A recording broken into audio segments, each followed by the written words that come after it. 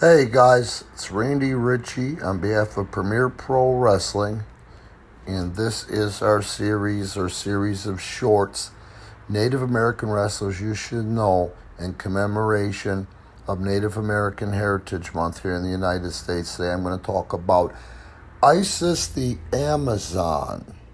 Lindsay K. Howard, born July 28, 1987, is an American actress and retired professional wrestler, better known by her ring names, Isis the Amazon and Alosia, her WWE name.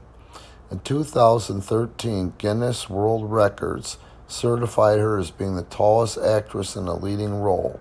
Originally standing 6'9", she lost 3/4 of an inch in height due to a slipped disc, probably from wrestling.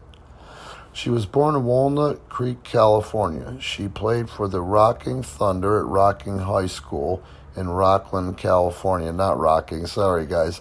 Rockland High School in Rockland, California. She played basketball for Forest Lake Christian High School, helped her team to win that's a Freudian slip, win the sectional championship. Her mother is named Ellen Roney, and she has a sister named Tabitha. Her professional wrestling career. On April 17th, 2008, ICW Miami found Isis the Amazon while hosting events at the Exotica convention. She was introduced to Soul Man Alex G., who became her trainer. For the following few months, she began to valet ICW Tag Team Champions Dade County Coliseum. Also in 2008, she challenged Tracy Taylor for the Professional Girl Wrestling Association Championship. Then she competed for Coastal Championship Wrestling from 2008 to 2009, Rampage Pro Wrestling in 2009, and Juggalo Championship Wrestling from 2009 to 2010. In 2010, she was scheduled to appear as Alosia in Season 3 of WWE's WWE NXT. She was going to be called the tallest diva ever to compete in the company's history. Took part in seminars with Jimmy Snuka, and she was managed by Vicky Guerrero until being replaced by Caitlyn. She was released a few weeks later after signing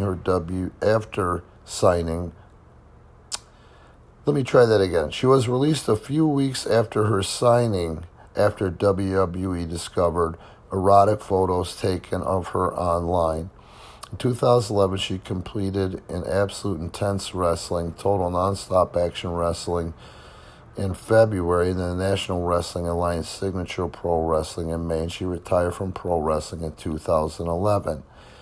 In 2016, she started training with Brian Kendrick for potential return to professional wrestling, but since she has remained retired.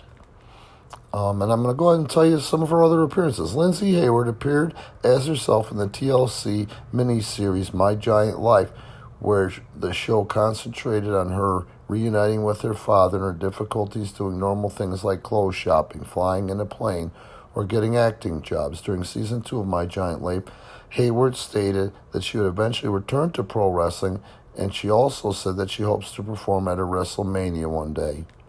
Now, let me tell you this about her. What's sad is that sometimes in the industry, the wrestling industry, when you stick out like that, being a 6'9" female, and she's beautiful, let's face it, in her heyday, this gal was beautiful. I haven't seen any pictures of her of late. But you get fast-tracked, and when you get fast-tracked like that, it's totally unfair to the individual, and that sounds like what happened with this gal. You know what I mean? I'm very sad to hear about her father and her issues, as I keep my daughters real close. I make sure my daughters know that I not only love them, but I also like them as human beings, and I wish that for everybody.